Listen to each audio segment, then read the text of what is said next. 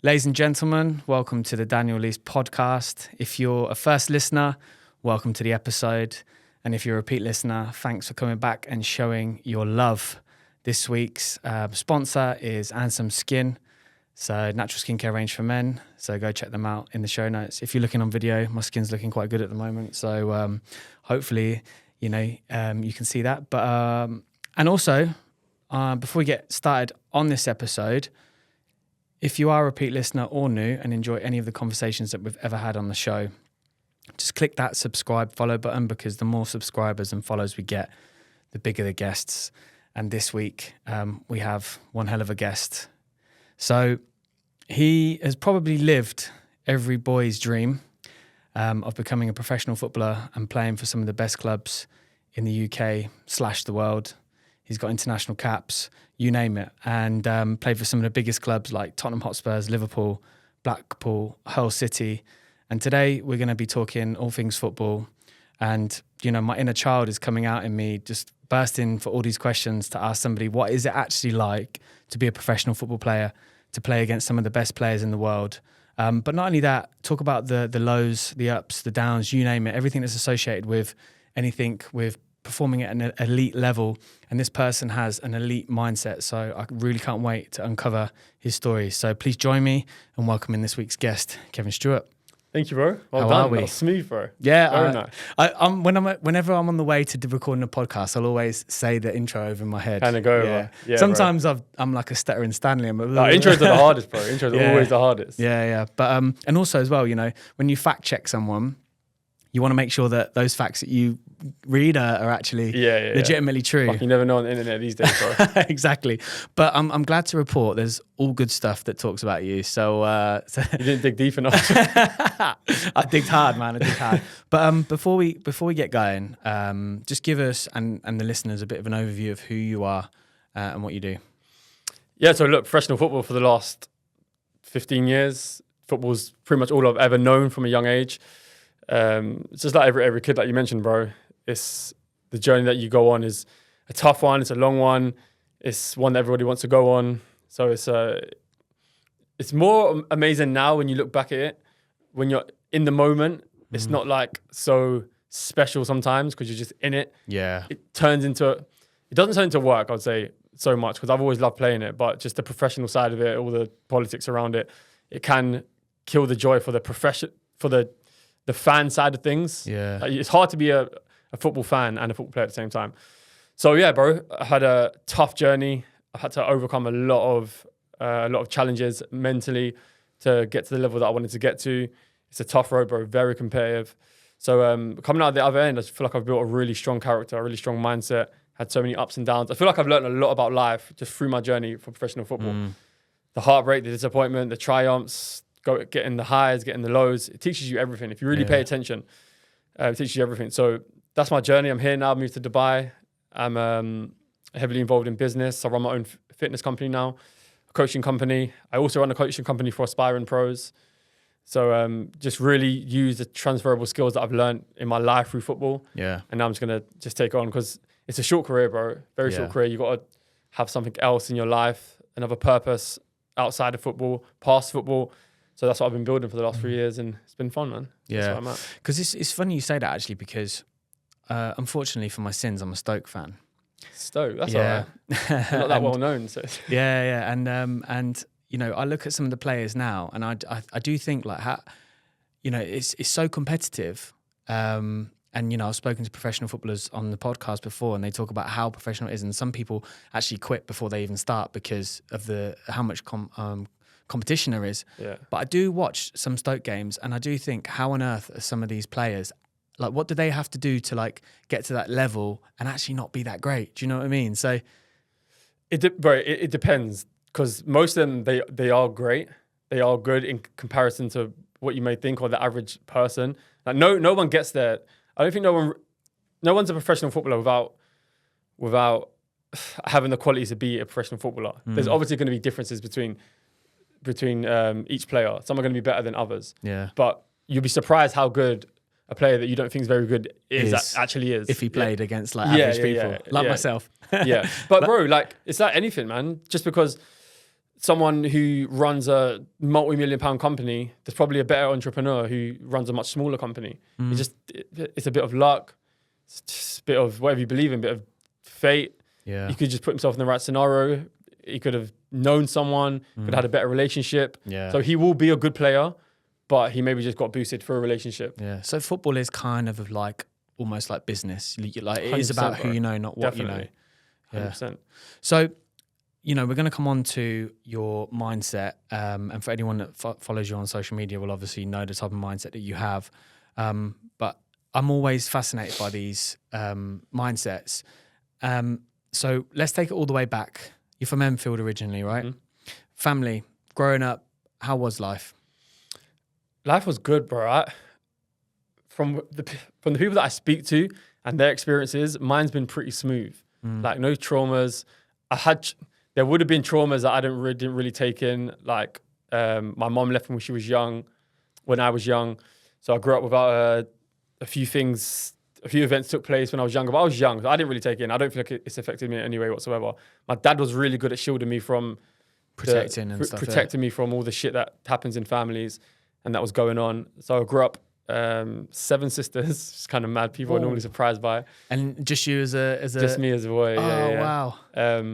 But the only half sisters. I've got one full sister, but they were all really close. So basically 7 sisters, which is if you know girls, bro, you got sisters, fucking nightmare. I've just actually moved in with my girlfriend. I love her to pieces, but sometimes I'm like, whoa. Yeah, imagine 7 of her, bro. Mental. It's crazy. They never speak. Someone's always angry. Someone's always angry. You never know who's talking to who. Yeah. When you go back home to visit them, you got to check in. Okay, who's talking to who? Can she meet up? That is crazy. Yeah. So, single dad who raised me. My older sister looked after me when he had to work. But bro, it was just football, man. It was me and my dad going around, football, athletics, sport. He was quite clever. He knew how to challenge me, but he knew how to give me freedom at the same time. So a lot to him. He was a very good dad. And bro, yeah, it was pretty smooth, man. We were just focused on just achieving things, having fun. Every weekend, it was like a race. It was a football match. It was a football match and a race in the same day. I'd go from like one to the other. So we were just too busy, bro, to get ourselves into any type of shit, have any traumas. We were just competitive. Well, it's fascinating you say that because, you know, one thing that I really want to ask you about later on and really uncover is because obviously from looking at you a bit more, you've got this like warrior mindset of you've just got to believe it. You just got to believe it. And right there, you said, I never experienced trauma, but your mum left at a young age. Like, in other people's mind, that is a severe amount of trauma. So, like, just going back to that moment, like, what actually happened?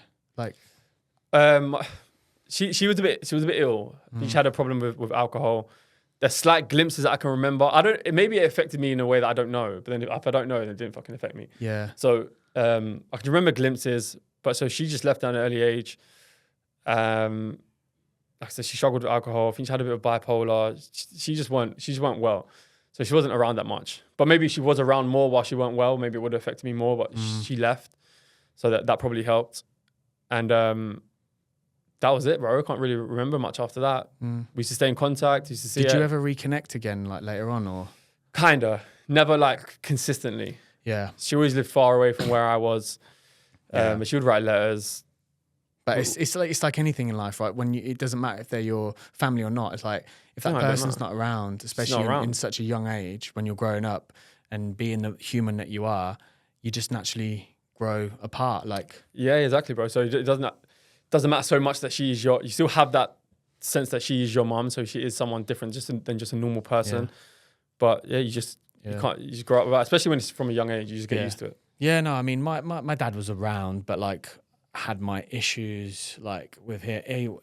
Yeah, I mean, I speak about it a lot on pretty much every episode we talk about, but I know what it's like to have that family figure, but then you realize later on in life that, you know, you may have donated eggs or sperm, but it doesn't actually make you a parent, right? Like 100%. You actually have to earn that right. 100%. So you must have a super close bond with your dad then.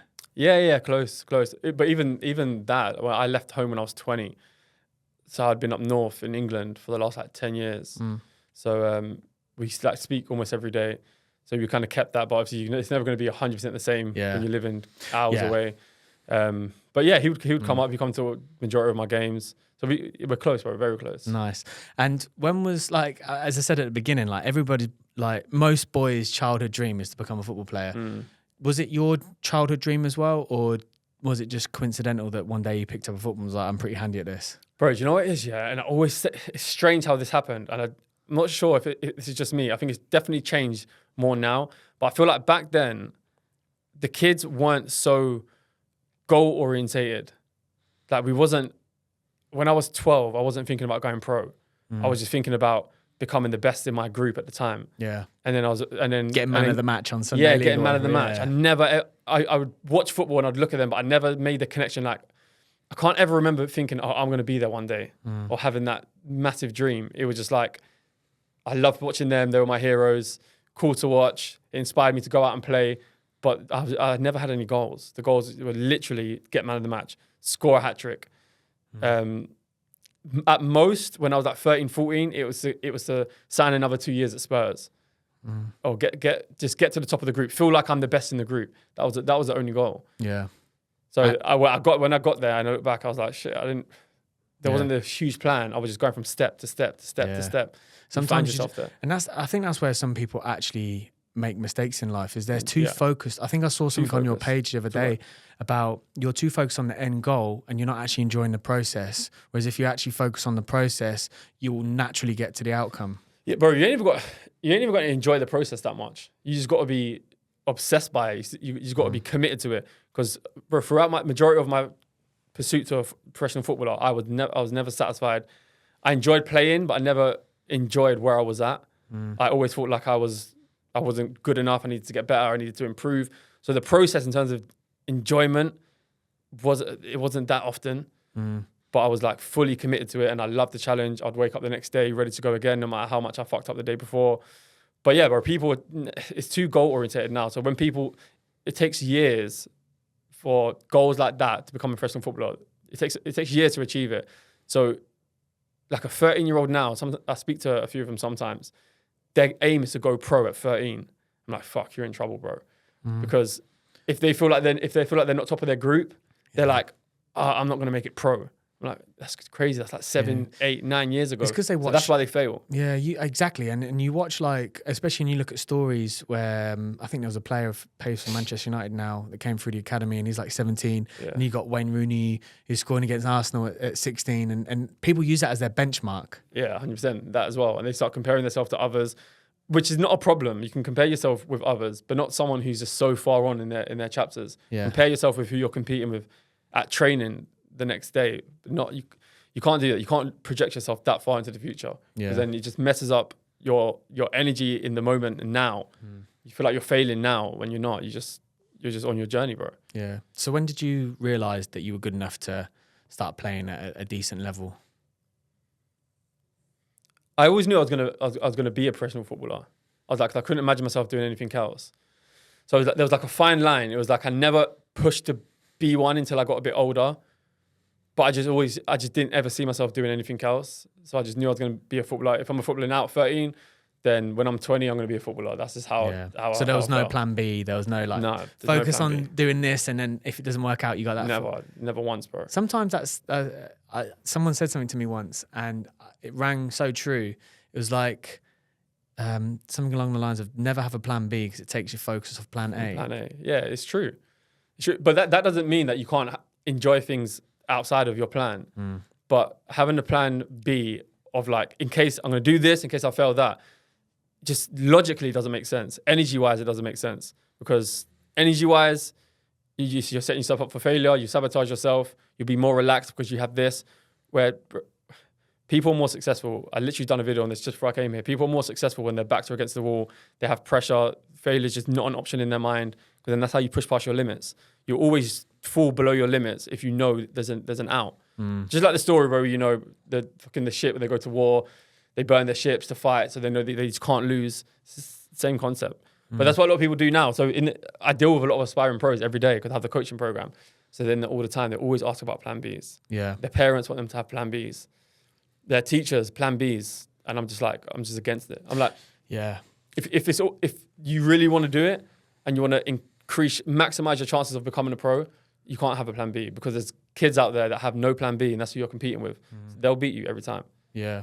Because do you know what I find as well is like, it's that particular point is almost in line with having a conversation with people that have kind of never been there, you know, in their minds, they can't picture actually being a professional in that particular, whatever it might be. It might be, you know, when I launched my brand, it was always like, you really want to do that? You've got a great career ahead of you. Like and it's because in their mindsets, I don't think they can physically imagine it themselves. So they kind of like portray that onto others. Onto you. So they think, oh, you know, if I can't do it, they can't do it, you know, and I'm going to just to protect what they think is they're protecting that person. But really they're just kind of like damaging them. Yeah. Yeah. But you can only project what you possess. So if no other entrepreneur, successful entrepreneur, if you told them your plans would say that, they'll be like, go for it. Yeah. Because that's what they possess inside, because they've done it.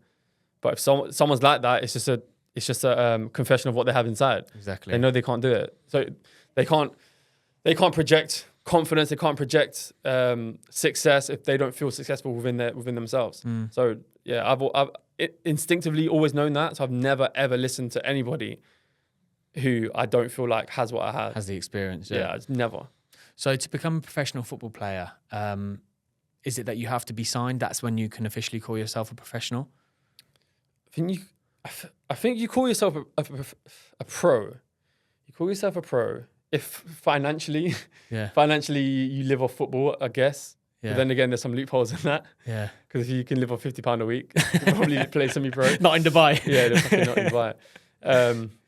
I've always seen it as League 2 and above. Yeah. In England, I've seen it as League 2 and above. But then there are even some pros in conference. So I think it's a mixture between the two, to be honest. Yeah, I mean, especially when you got like, I mean, I don't know what league Wrexham are in, but now they're starting to get a lot more heat. Like, you know, they're obviously naturally going to be a lot bigger, and it's now the trend, right? I mean, I saw Taylor Swift was potentially looking at buying Notts County and all this crazy stuff. Yeah, I was going to buy a house in Nottingham, and then I was looking at local news, and then Taylor Swift popped up and was like looking at buying Notts County, which was right next to where this apartment was being built.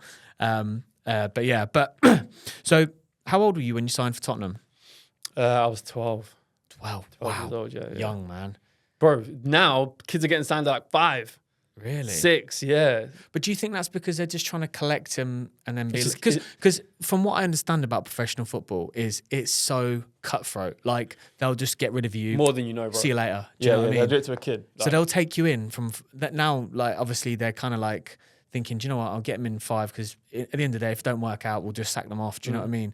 Do you think that's the mindset that these clubs are starting to adopt now? Of clubs, yeah, it's always been like that. Always. They'll just cut someone off like that. There's no aftercare. But I don't complain about this because I think it's just common sense. It's just a business. People complain like, oh, there should be aftercare from clubs. Like, should there? Maybe there should. But I'm never going to... Don't hold your breath for a club to do that. It's never going to happen. Did they work in alliance with other clubs though? For example, Tottenham, would they work with like a lower league team and say, hey, listen, we've let this person go, but they've got some talent. Maybe you should take them on. Yeah, potentially. Yeah, they do try it. The good coaches will try it. As long as they like the kid tried his best and he's reliable in terms of like mindset and effort wise, then they'll help out. Yeah, for sure.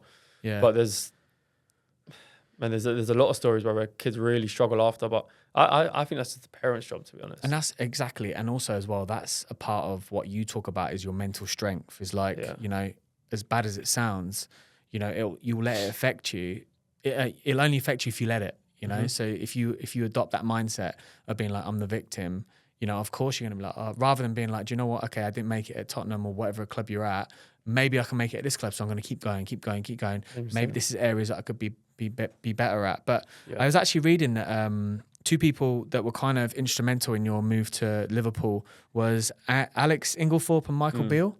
Yeah. Oh well, no. Well, Alex Inglethorpe, Michael Beale, I met when I moved to Liverpool. Okay, so because he used to work with you at Tottenham, right? And that's how Liverpool... Alex did. Alex did, yeah. Yeah. Mick Beale was already at Liverpool, so I met him through. Okay. When I was already there. Yeah, and he was the one that convinced you to move from fullback into midfield, right? Yeah. Alex was, yeah. I read that on an article and I was thinking, I hope that if I'm going to talk about it. Yeah, correct. Yeah.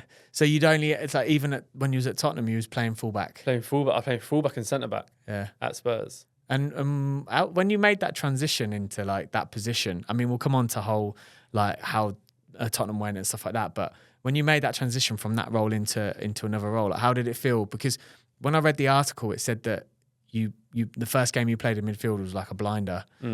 So did you kind of know when you moved into that role that was it? This is the role for me. Yeah, after that game, I was like, I'm never going back because it was so much better than fullback, bro. Fullback, I was like, oh, that is boring, bro. I ain't never doing that game. I did that. I'm in the action, bro. Yeah, I did that one. I mean, I played Sunday League and literally semi-pro football back in the UK. But I remember when I was like centre back, like right back, and I wasn't like good at all. Like it was just a club called Northampton Spencer, but Billy, who was the manager, he was like, you need to play in centre mid. And exactly the same, mate. I used to still play for my team on a Sunday in like centre back. And I'm like, this is boring. Yeah, bro. You're in the action. Centre mid's the best position on the pitch, 100%. Yeah.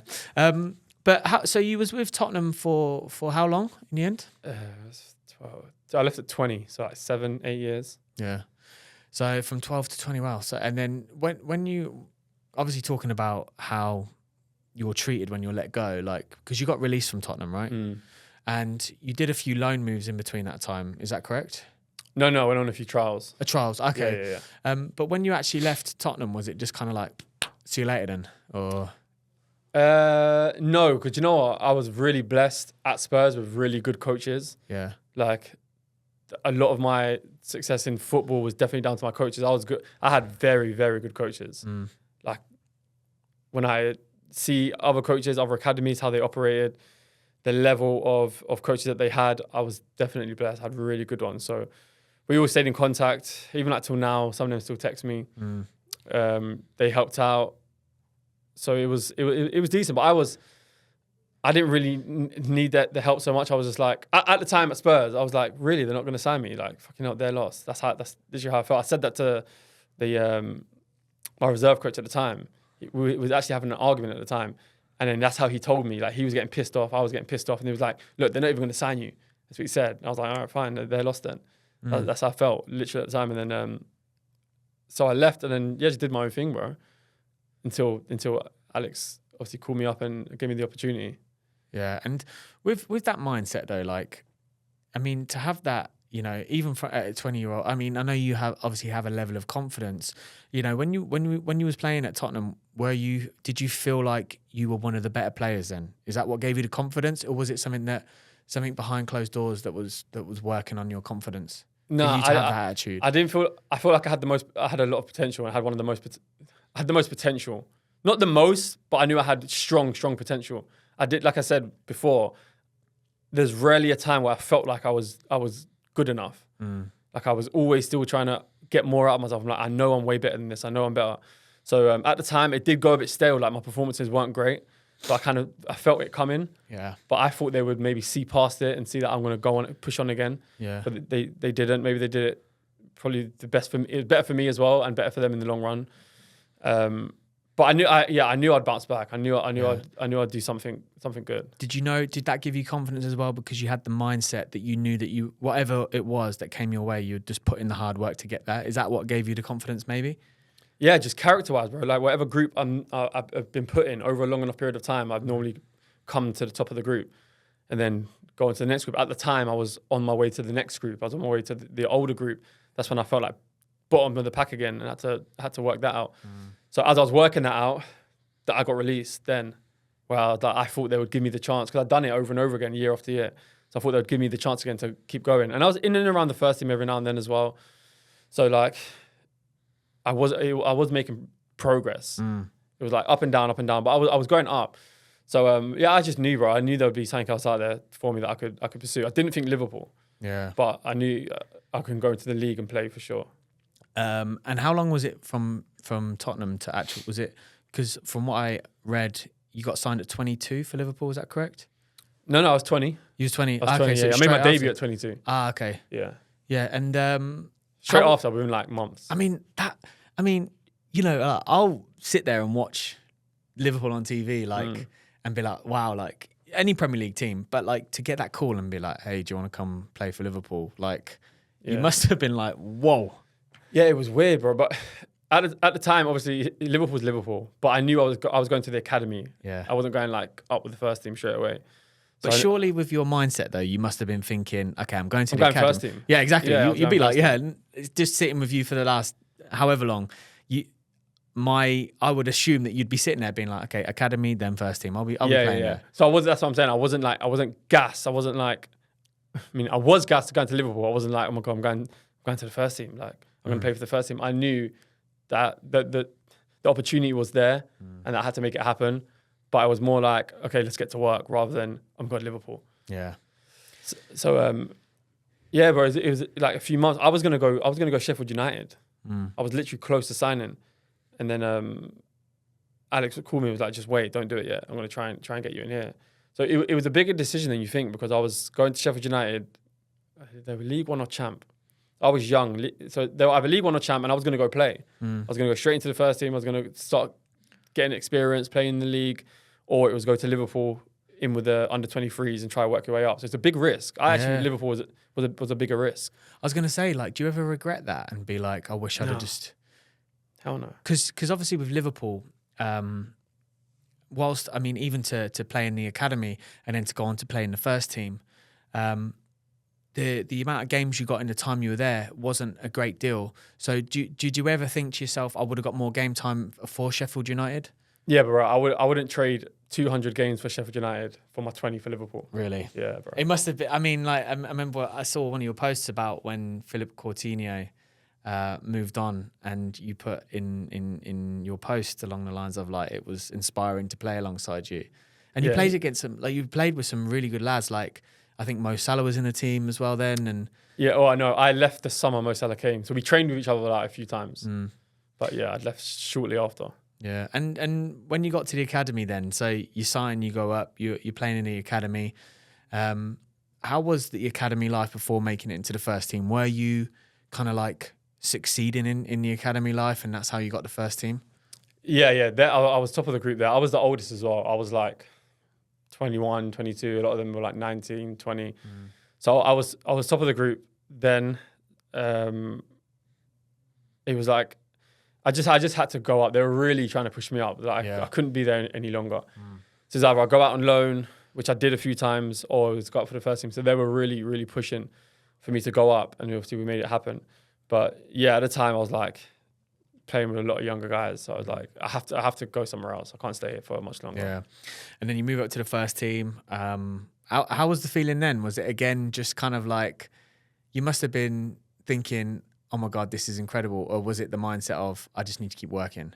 Yeah, you don't. I never really had that.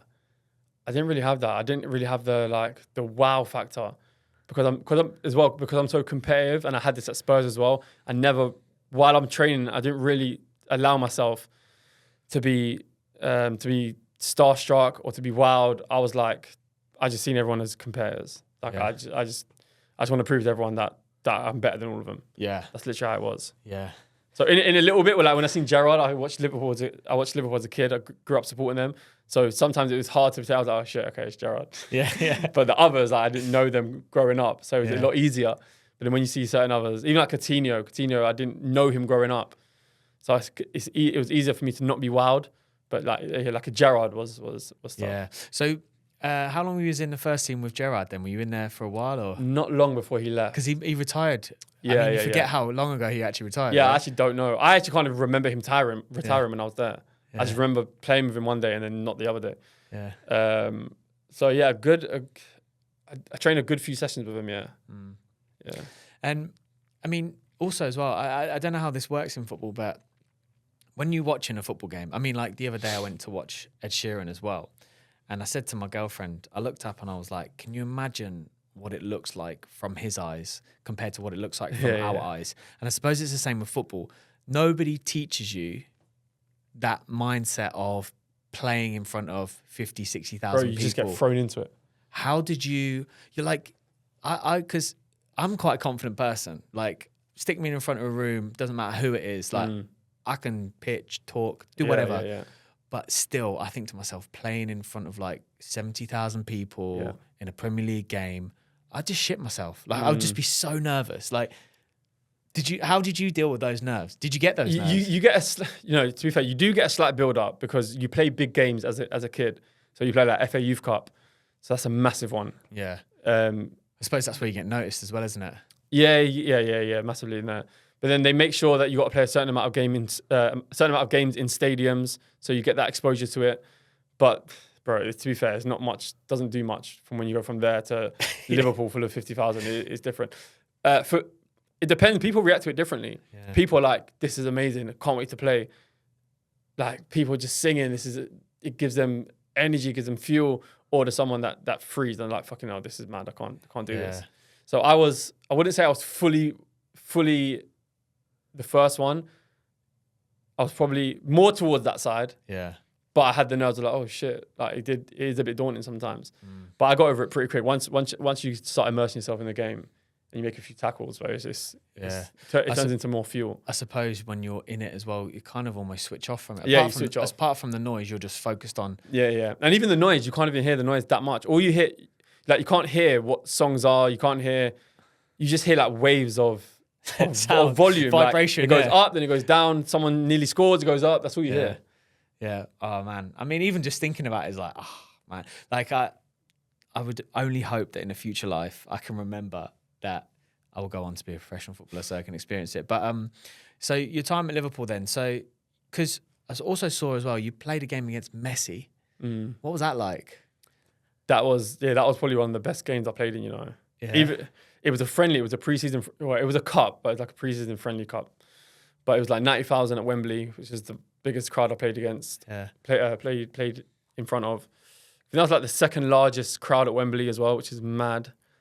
And playing, like I said as well, but even the Messi thing, I only appreciated it after because I was just too competitive. I was just trying to kill him. You just saw him as a competitor. Yeah. Just seen him as a competitor. And then he nutmegged me and brought me back down from Mars. I was like, okay, cool. I mean, again, like, do you know what I love about this though? Is like, that's a special type of mindset. Like, because people don't realize that despite being a competitor or not, like when you're put in that situation and you're just like, oh my God, like, I mean, Messi has been the best player of all time. It's been a very close one between him and Ronaldo, which we'll talk about later on because I saw your post on that as well. But, I just can't. I'd say 99 out of 100 would be like, oh my God, Messi, and just crumble because they're just like, he's an idol. Yeah, but I do wish I was a bit in between. I wish I appreciated it a little bit more while I played and not have been so competitive at the time. Like after, bro, I don't even think I shook his hand or like said hi and like nothing. Or asked for his shirt. I've not really asked for anyone's shirt, but I probably I should have. It's Messi, but you just get caught up in the moment, man. Yeah, I do, anyways. And I mean, obviously, that is probably the pinnacle of football, being a part of that, Premier League team in that era with some of the best players. But what was it actually like day to day? Like, how is the experience of a football player, bro? Do you know it turns into just being so normal. Like from the outside, it's mad. They're like, "Oh, how was he? How was he?" I'm like, "Bro, they're just regular guys." Yeah, well, that's the thing you forget because everyone idolizes these people, so put them on a pedestal. But they are just normal people. They're just humans. Normal people. Some of them you like, some of them you don't. Some of them are a certain way. Some of them just, bro, it's literally people. There's no real difference. Yeah, that's what people don't understand. They literally think like it's a different world. It's really not. Yeah, we're just people that. Who are the people that you were close to then, would you say, in your time? Close to? Yeah, I've never been that close to other footballers, A few of the younger players that I would have been closer with. If you're talking first team, Joe Gomez I probably spent the most time with. A lot of the younger guys that you may not know that were like on the fringe of the first team. Joe Gomez is a kind of there or thereabouts. No, he's fully first team. Yeah, he's fully there. But all the other guys were younger guys that I was the closest with. Yeah. What about ones you didn't like?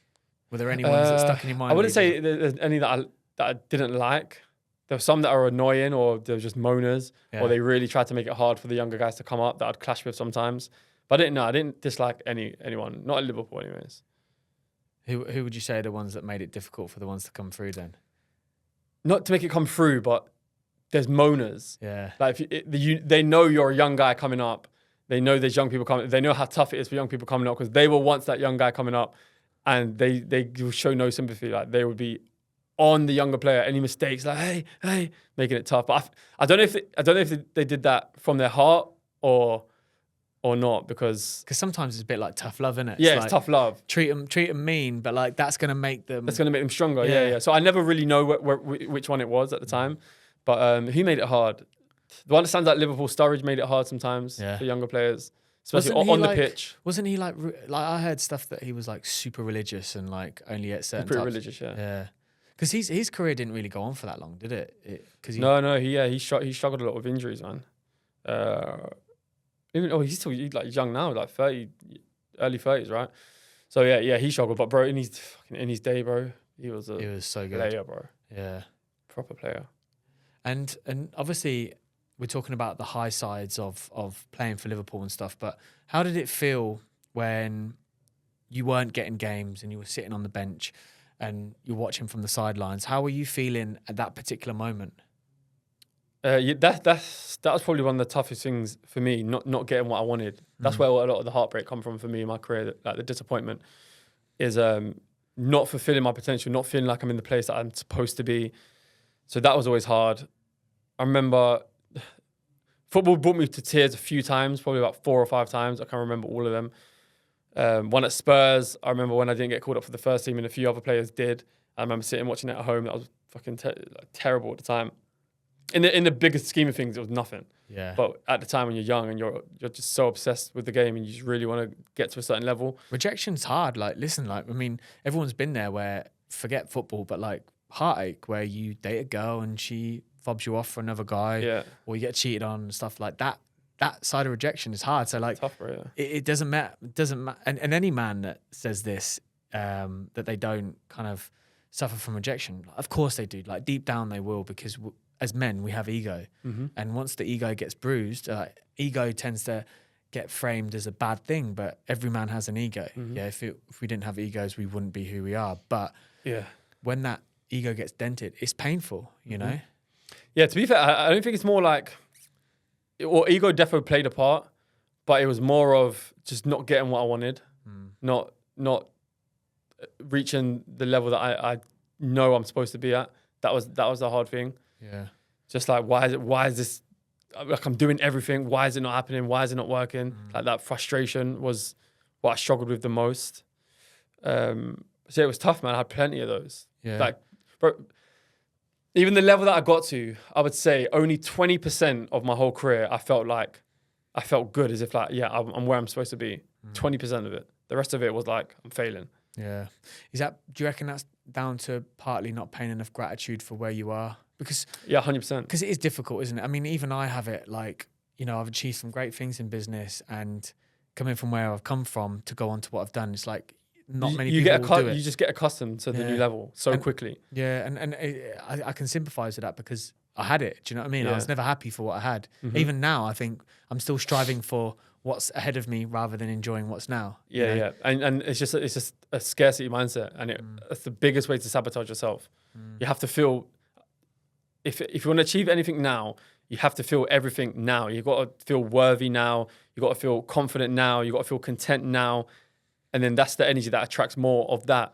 If you're always lacking, you just always sabotage. I didn't know this when I was younger. Yeah. So, that's a tough thing, bro. So you got to just be super aware of where you are now and enjoy it. Not even enjoy it, but you've got to chase the feeling of being successful now. Yeah, no. Sorry, man, I just completely lost my train of thought because I was listening to you. Okay. It was good. It was, bro. It had some super tough times, man. And it's like, not a lot of it goes unnoticed as well. People don't know about it because you tend to just, you got to go the next day, bro. You got to go training the next day. And also as well, like when you're not in the limelight, you're kind of just forgotten about, right? I mean, and sometimes I'll think about a player that I'm like, oh God, what's he doing now? Do you know what I mean? And it's such a high turnover, isn't it? Yeah. But when did you realise that kind of your days at Liverpool were going to come to an end and you needed to move on? So this even ties into what I was doing. I didn't need to leave, but I was like, even though I was at Liverpool, I was frustrated there. I'm like, what the fuck am I frustrated for? I was like 22. It's still in the first team, just not playing. So I actually wanted to go on loan, but they wouldn't let me go on loan. They said I had to either leave or just stay. And I just wanted to play. I was training. I'm very competitive, so I always want to transfer whatever I'm doing in training into games. So it got frustrating. So I kind of pushed the move a bit, and then they agreed to it at the time. So it happened pretty quick. Probably in a spell of like a month. Yeah. where I ended up going. Because I saw on your interview when you joined, was it Hull you went to straight after? Oh, yeah. And you were like, I was literally in Hong Kong with Liverpool like this Yeah, week, yeah, yeah. and then you flew back, and it was like, okay, I'm with Hull now. you Yeah, know? yeah, it was madness. It was mad. It happened so quick. Did you ever feel like you were taking a step down? Yeah, but it was one of the ones that was taking a step down to go back up. Mm. That was how I felt. But as well, I just wanted to feel better. You just wanted to play. Yeah, I just wanted to play. I wanted to feel a part of something. Yeah. I wanted to just be a main player in the team and actually strive for something. Like I was getting a bit bored, Yeah. to be honest. Yeah, because it must not be fun when you're practicing something, but then you're just constantly watching from the sidelines all the time. Yeah, yeah. But looking back, it wasn't that big of a problem. Yeah. I could have dealt with it. Yeah. I feel like it was hard because I was like, I'm not sure if I needed to learn lessons. I needed to play. I needed to make more mistakes. Bear in mind as well, bro, I just moved to midfield. I'd only been in midfield for like a year and a half, and I'm playing in the Premier League, centre mid, the hardest position on the pitch. So I knew I was a bit rough with certain lessons. So I was like, I needed that, and I don't think I'm not sure how much I'd be able to push on to the next level and establish myself in the Liverpool first team without making these mistakes and learning these lessons. Yeah. So I'm like, I have to go out and play. Yeah. I mean, and also as well, midfield for Liverpool, I mean, but some of the best players in the world have played in centre mid for Liverpool, you know, so it's hard shoes to fill, right? Yeah, it was. Like I had the ability, I literally just needed more experience. Yeah. It's just, but you can't get that experience, the kind of experience I needed and the kind of lessons I needed to learn. You couldn't do that at the top level. You just ain't got time. Yeah. It would just be too costly. So I had to make them elsewhere, but a loan would have been perfect. But it didn't happen. But when you moved to Hull, that was kind of like when you were playing the most. You were kind of like the person they had in the team, like that was built around. Well, So- it was a lot harder than I thought. Really? There was a lot of ups and downs. I got put into a dogfight, bro. Really? Like I felt. Who was the dogfight with? Just the fucking managers, Really? the league. It was mad. Like Championship's fucking hard, bro. Yeah, well, it's harder than the Prem. It's hard. They say it's one of the toughest It leagues is, in the bro. world. 100%. It has to be. I can't see any other league being harder. I'm not gonna lie. Really? And did you not have a good relationship with the manager then when you went there? No, so the manager that brought me, who would loved me, got sacked in 6 months. So he was gone. No. And then Because he had aspirations to do Premier League football again, wasn't it? Yeah, yeah. Who was the manager? It was a Russian guy called Slutsky. Okay. Yeah, but he got sacked in like 6 months. So new manager came in, basically my fucking arch nemesis, who that brought on again probably the toughest time of my career, trying to convince him to fucking play me. Yeah. That was hard. But you played. I saw one season you had 27 odd games for them. Yeah, so I did play. I did actually end up getting myself back in, but it took a lot more than it needed to take. And was it just because he was just favouring other people? Yeah, basically. Really? Yeah.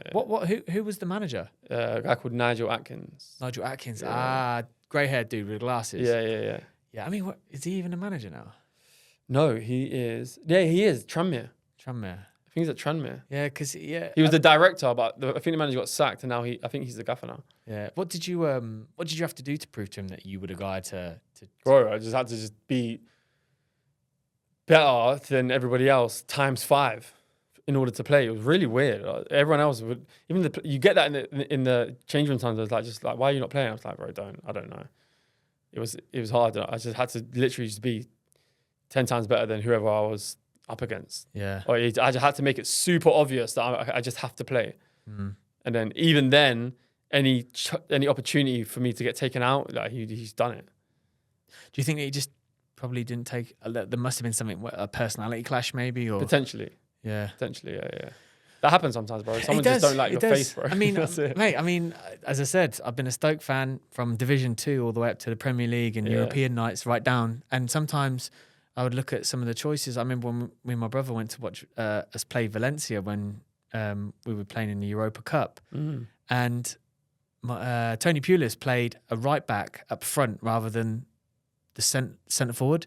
Oh, And is we're it? like, Fucking hell, he must have lost his head. we're like, where's that decision come from? Yeah, But yeah. as you explain, it's like sometimes these managers will just have their bee in their bonnet about something, and then Yeah, you got to remember these are just normal guys as well. Imagine like a fan how pissed off you get at a player. yeah, So imagine him. Like he would just hold grudges, fucking stop you from playing just because of one thing you said, one thing he didn't like. They're just normal guys as well, so they like that. They got egos, bro. Yeah, and you know, if you take that out of football and put that in the real world, you know, you get that, don't you? All the time. Like with people, how many idiots are there managing businesses right now where you just think you're a dick, like we shouldn't even be in this position. Yeah, exactly. It's the same. But what would you say was the highlight of your time at Hull? At Hull, what was my highlight? The highlight is probably the triumph story of the challenge of trying to break back into the team. That was actually the highlight because it took so much. Like, where I had to overcome a lot, had to train a lot, the work I had to put in just to get back in the team was tough. And it was like really, really mentally draining, mentally demanding. So I had to just learn a lot. I had mentors outside the game. I had to call up on other older players that I played with before, other coaches, trying to figure it out. Yeah. So it was like a fucking puzzle. So even though it wasn't dramatic in terms of storyline and achievements, but it's probably one of the biggest achievements. I always used to say to myself, if I get back in the team and actually string some games together, it's actually one of the biggest achievements ever. Because this guy just don't want to play me. So that's probably the first thing I go to when I think of Hull. Yeah, and was he when you left Hull? Was he still the manager? No, he left before me. Yeah. Yeah. And then when he left, did you kind of like see a lot more success? Straight. Yeah. And how did the move to Blackpool come around after that then? Because you went to Blackpool after Hull, right? Yeah, that was a strange. That was COVID. So this is a weird time of my life. This was COVID. So I was without a club for a long time. I turned down a few at the beginning because no one knew what COVID was going to be like. Yeah, you're thinking it's not even going to be that bad. Yeah, it's back playing football soon. Yeah, well, that was COVID. Yeah. And then everything just shut their budgets down. No one was signing no one. They were just signing maybe a few younger players. Like there was a lot of good players out of clubs, like big players. So I had the option to go to Blackpool the whole time. So I got the call from the manager even while I was at Hull the year before. But I turned it down. It was League One. I didn't want to go League One. And of course, again, I didn't know how tough COVID was going to be in terms of like options that I was going to have. So I was going all over the place. I was training at different clubs. I went to Turkey. I was going to sign. I had a full-on medical in Turkey. Literally was going to sign. Didn't end up happening. Came back. And then I remember just getting pissed off and I just wanted to play. So I just called him up and said, I'm ready to go. And just signed, bro. Because you had some good times there. You played at Wembley. Got promoted from League One. Yeah, back to champ. That must have been... I mean, even though it's not at the top, that's the thing again. You know what I'm going to say, bro? I was like, fuck, I'm just back where I'm supposed to be. Yeah.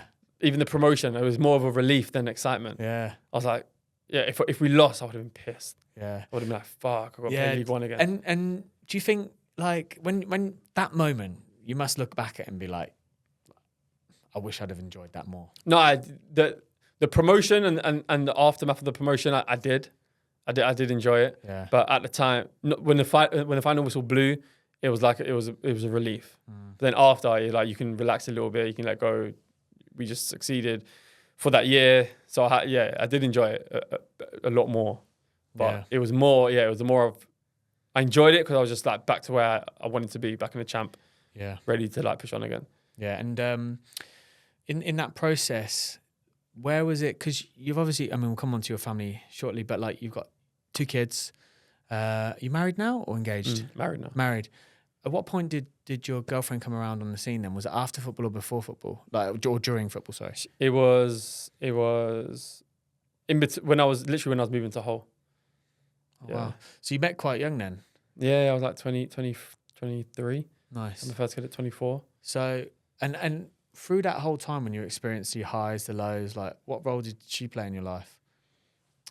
Do you know what? It's hard for her, because I'm very independent. Like I don't like sympathy. I don't shut yourself down. I don't want support only because I just don't need it. Like not like I'm just trying to like suppress my feelings, but it's hard for her to get let in on things because me talking about things don't help. I just have to get to work and just fix it. So it was always hard for her, but she was always just nice to have peace. It was like a peace and a break from all the struggles and all the hardship from football. Yeah. So yeah, she helped, man. She obviously helped take my mind off it sometimes. She would look after everything else, make sure I'm sorted with everything, food-wise, house-wise. She made it at home. But for her, it was tough for her, to be honest. Yeah. Now, we haven't spoken about this part, but I think it's quite an important part because I was reading that 2 in 5 football players will go bankrupt after they've quit. And 2 in 5? I think it might even be higher, bro. Yeah, well, I mean, there's some countries that it's 80% of football players will go bankrupt. So what obviously won't talk in detail about how much you were earning and stuff, but you're obviously earning a good wage. Were you quite savvy with the investments that you made? Yeah, I was. Did you? I mean, well, I was. Well, no, yes and no. Yeah. I bought some shit ones, nothing crazy. But at least, you had the intention of investing. Yeah. I always had that. I was never stupid with money ever. I was always smart enough to know that one day I have a fleeting skill that I can't use forever. Or I can't use it to the manner that I'm using it now. I always knew that. So I never felt like I was making money. I felt like I was being given money. Yeah. So like, I don't think footballers should ever feel like they're good at making money. I don't think they should ever talk about finances because they haven't made money. Yeah. They've been given money for a skill that they have. Where like an entrepreneur, a businessman, they make money because they actually like create things. They move things around. They provide a certain amount of value and get the money back. It's a different way of making money.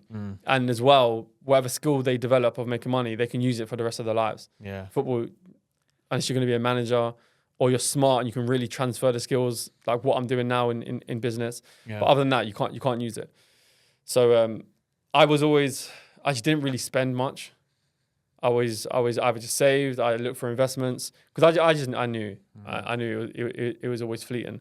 Did you have your parents around as well, like your old man, like your sister? Yeah, they were like advising you, like, listen, you need to be strategic with this. Like, it might be good now, but no, because they weren't really financially educated. Even the people that you thought were like agents aren't financially educated. It's only until I got around business guys, entrepreneurs, property developers, property investors. Them guys is when I really started learning. What would you say was your worst investment then? Worst investment. The worst investment wasn't even bad, to be fair. It was a flat in London. It was like literally like bought it for a mil. It was a new build, so I bought it at the premium. And the way I had it set up was just stupid. I was stupidly advised it wasn't a good idea whatsoever. And then only until I learned about property, I was like, oh my God, I looked at the numbers on this, like, fucking hell, this is mad. So that was my worst. I probably ended up, I sold it, but I didn't have to sell it at the time. Yeah. But I knew my money wasn't working well enough for me in that property, so I took it out. Take it out, yeah. And I went and done a property development. So I took an L to take it out. I didn't have to. If I held on, I probably would have been all right. So yeah, I lost a bit of money there. Yeah. But that's not that bad though. And the best one, did you kind of keep it in property or did you do property things outside? Nothing in terms of, I had it in stocks and shares before COVID. And that was just because I got advice. I had no idea what it was doing, how it works. Literally just had a company doing it for me. Then one day I was like, no, I need to take control of all of it. And then I took it out just before COVID, which was the fucking close call. And I just put it all in a property development. Nice. So do you have a decent property portfolio back home or in UAE? No, yeah, back home. So in Birmingham, I've got student accommodation. I've got like 2 blocks of apartments. Awesome. Student accommodation, which is, they work well, man. So that was a good one. And that was self-taught as well. I made that happen. That's when I first thought, okay, I've made some money now. Because I made it happen myself, which is cool. Yeah, nice. And then when it comes to... So I assume you've retired now? Like you've not retired? 95% retired. 95%. Would you not think about joining one of the Arab leagues? have. I've trained with a few. Yeah? Who have you trained with so far then? I trained with Arabian Falcons a few weeks ago. And there's another team here called Precision that I hadn't trained with, but I spoke to quite closely. But that's it, bro. But it's where I'm at now. It's hard, man. I can't see it happening. Yeah. And I'm not pushing it because I don't necessarily want it to happen. And why would you not just come out and retire then? Is it something about closing that chapter? What do you mean? As in like make an announcement? Yeah. I don't care, bro. Yeah. Yeah. It just doesn't matter. Let it happen. Yeah. Yeah. And when it comes to like Dubai, like what spurred the interest to move here? Because I knew I wasn't going to play in England anymore, so I knew I was going to go into business. I knew I wanted there's goals that I had, there's targets that I had there was a certain life that I wanted, and it wasn't going to be in England. So the quality of life for my kids and for my wife is going to be way better in Dubai, and business is going to be better in Dubai. So it's just a no-brainer. I was like, this is no point. There's nothing here for me. What do you think of the current situation at the moment in the UK? Because obviously you've only been in UAE for what, shorter than a year? Oh, bro, we've been here like 2 months. Oh, wow. So you're literally fresh to Dubai. So you would have seen basically the whole scandal with the UK government at the moment. So like, what's your whole perspective of the UK as a general right now? But I don't get too involved with it. I don't think too much on it. There's things that I like. There's things that I don't like. Dubai obviously just seems like it's just moving forward. It's a lot more aligned to my beliefs, my morals, how I live. Like, I'm very curious about Islam. They what they believe, how they live their life is very aligned to how I live my life. So just energy wise, bro, I just felt like a pull from Dubai and a push away from the UK. Like, I homeschooled my kids in the UK. I didn't want them going to school in the UK. I just the average person is just fucked up, bro. Yeah. The average person is just, the teachers there, you don't even know who them teachers are. There's no way I'm leaving my kids there for 6 hours. Yeah. So I felt more comfortable in Dubai. Are you homeschooling them here as well? I am for now, yeah. I'm a lot more open to sending them to school here than I was in the UK. The problem is like the UK, I feel, is just like, for me, I just think it's I'll openly say it, like, I think it's a shit show. Like, I think the whole system is a shit show. Yeah. I think if you go to school in the UK, you know, I used to look back on my life because I basically have zero education, and sometimes I used to think, oh, maybe I'd have done more in life if I'd have had an education. But then I actually think that if you're part of that system, there's way more restraints. You're better off. They'll just close your mind 100%. To think a certain That's way. why my kid don't go. Yeah. That's why literally why my kid don't go, because I know I'm going to end up having to try and strip away all the shit that he learns when he's there. So I'd rather him just not hear it. How do you get them to... So on the positive aspect, obviously mixing with kids and even that's bullshit. People always like that. Oh, the social side. I know plenty of kids that went to school their whole lives and that are socially fucked anyways. So with your children, that's not really necessarily something that... It's not something I worry about at all. Like, they're very sociable. They meet people all the time. They're out with me all the time. Yeah. They go to football. They go to jiu-jitsu. They like... I suppose with your energy as well, it's quite infectious. So, you know, it's quite a high-paced energy. So it's not like they would feel the needs to be quiet, silent. Oh, no. I push them. I push them, like, out their comfort zone all the time. We go to a restaurant. They order their own food. We go... If they met you today, they shake your hand. They say... They ask you your name. Sometimes they'll be like, Daddy, what's his name? I'll be like, you ask him. I'll make him... ask everything, speak all the time. So now they've clocked onto it, they're very confident. Even little things like that is so important. It's so important. So important. But they can't learn that at school. They learn literally the opposite, to just conform. Yeah. Don't be naughty, don't do this, be quiet, sit there, blah, blah, blah. Like, And I think it's no surprise that the people that are successful entrepreneurs in life and business are the ones that, you know, typically don't have an education. Yeah. Bro, in the UK, so I had a podcast in the UK. It's a money and entrepreneurship podcast. I interviewed 30 millionaires, successful entrepreneurs. Not one of them was successful in school. They're all shit. Yeah. Literally, I could make a whole collage of my podcast of each guest saying, I failed at school, I was shit at school, I dropped out of school. All of them. And they're now like thought leaders. They all think on a different level. They all live a life that they want to live. They're all successful financially. They're all successful in other areas of their life, majority of areas in their life, family-wise. They're all better off. Yeah. So it's not a coincidence. Yeah, no, I say it. And a lot of people I speak to, they say the same. You know, I think education needs to be scrapped and rethink. Yeah, you know, and especially the way the world's going now. You know, I don't need to be learning algebra when I got artificial intelligence that will tell me that equation anyway, you know? Literally. But we'll have some quick fire questions to to finish off the podcast. Cool. Best player you played against? Messi. He wasn't actually the best. It's quick fire. I knew I was going to do this. But he wasn't the best player that I actually played against on the day because he was mad chilled. But I can't not say Messi. Yeah. So who would you say was the best competitive game? Willian. Yeah? Yeah. He was fucking sharp, bro. Yeah. I remember watching him when Stoke played Chelsea. And I was like, man, that boy can run a pitch. Sharp. He was just sharp. Like, whenever he pushed off, it was like he had already been moving. Yeah. He was good. Elite. Worst player. Worst player that I played against. Or played with. Played with. Against or with. Or both, if you've got any. The worst player I played against. That's a tough one, bro. None actually come to mind. I don't think I played with any like shit play that are at the top level. Like none of them are shit. Yeah, I don't know. I actually don't have a question for you. I actually generally don't. They're not someone that I'm like, I actually don't, yeah. Most overrated. Most overrated that I've played with. Yeah. Most overrated. So now I've got to think who's rated. These are tough. Most overrated. Anyone that you played with that you thought maybe was a wasted talent because of their attitude?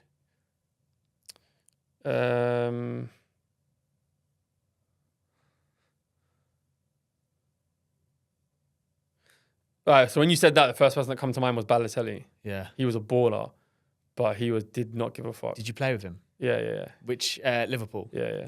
He did not give a fuck, bro. Bro, I remember we did a fitness test once, and then literally like a minute into the fitness test, he just fucked it off, and he just started walking. It was jokes. Yeah, when you said that wasted talent, I don't think it had been wasted though. He's had a good career, amazing career. But then maybe it's wasted in comparison to what he could have done. Yeah. Like he could have been doing fucking Haaland numbers, Messi. I don't know.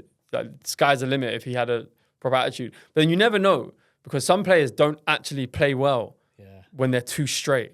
He might have if he got conformed into just being a certain way and being really disciplined, maybe it wouldn't have worked. Yeah, so but he had an interesting upbringing as well because I remember they did a lot of stuff on his upbringing and he had an extremely tough upbringing. But okay, and I think I know what I'm going to say.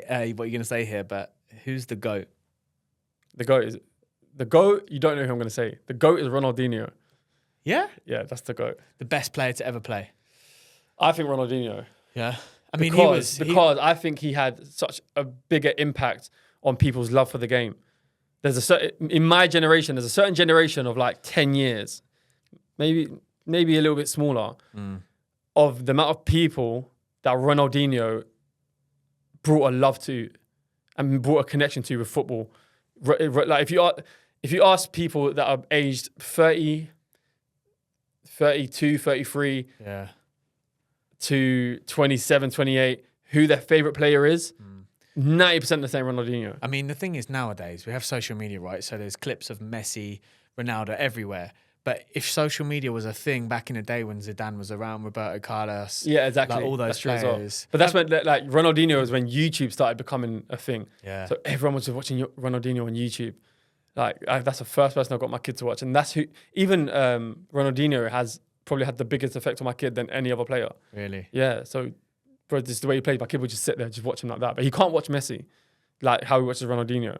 Ronaldinho was just different. So in terms of like numbers, stats, effectiveness, it's obviously it's Messi for me. Over Ronaldo? Yeah, for me it is, yeah. So you think Messi's better than Ronaldo? Yeah. It's a close call, but I think... I think a better player who I'd rather on my team, I'd rather have Messi. I would have loved to have seen Messi in the Premier League though. Yeah. I think you can only really say you're like the... I don't think you have to see him there though to know. Yeah. He just would have. Like he played against the English teams enough in the Champions League and ruined all of them. So, yeah, it's pretty straightforward for me. It's very, Messi. very good point. Yeah. Do you think becoming a football player is down to mindset or ability? Both for sure. But okay, I'll rephrase it into two questions then. Well, same question, but yeah, I don't even know what I'm saying right now. But if you have talent but don't have mindset, or vice versa, I think you can be successful in both. Like football's weird, or football is just like sometimes it's the luck of the draw. It's a bit like snakes and ladders. You might just make the wrong move and you can't really. That's why now I'm where I am and don't really want to carry on playing because I'm too out of control of my own fucking destiny. Like I would do everything right, but if I get injured for a whole year, nothing I can do about it. Or if I go to a club and the manager gets sacked and then a new manager comes in and he just doesn't like your style of play, my whole career is just now on standstill. I love control. I need to be in control of as much as I can. and I just lost control of football. There was a time where I felt like I controlled everything, and whatever I wanted to happen happened. But then it made a shift, and I was like, I'm just not in control. Then I got to move my family everywhere to a new club because this manager's got sacked. Now I'm going on loan. Then I'm moving here. Now it's just mad, bro. I'm like, I just need more control of my life. So that's where I'm at. But that's it with football. Like, you can have no talent whatsoever, but you can have such a strong mindset. People just love your mind. You obviously got to have a decent ability to some level. Yeah. But you cannot be that talented, and your mindset can just take you through. And that was kind of similar with me. I had good ability, but I was mindset dominant. So that took me through the most, more than my actual ability. People like kept me on board because they saw the potential just because of how I operated. So that gave me time. So I was probably one of those.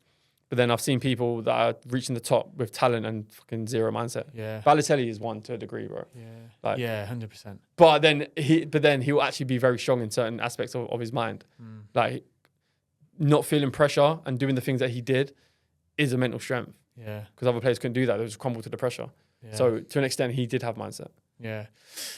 Now, just before we finish, I know I said I was going to do some quick fire questions, but I really wanted to know, like, what your thoughts are on the kind of victim mindset that goes around nowadays, because we live in such an open world where you can think whatever you want, but I feel like there's definitely, I feel like everybody wants to have a label at the moment. Do you know what I mean? It's like, oh, I've got this, I'll do this, I'll do that. What's your thought process on that victim mindset? What do you mean a label?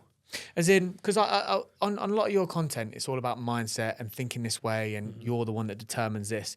But a lot of people now will already have determined their destiny without really focusing on it. Like, Give me an example. Overweight people. Yeah. Yeah? I can't lose weight. I've got this, I've got that. Like, how do you get them to, like, what's your views on, like, getting people to change? They're the worst, bro. I can't stand them people. I can't lie. Yeah. I can't stand them. And the labels, why I asked you about labels, because that's another reason why I wouldn't put my kid in school, because they're so quick to label people and it becomes part of their identity. So if a kid can't sit still for 30 minutes in a class, he'll get labeled with fucking ADHD. Like, you don't have ADHD. He's a kid, bro. Yeah. So he's curious about things. He's curious about things. He's got energy. He needs to move.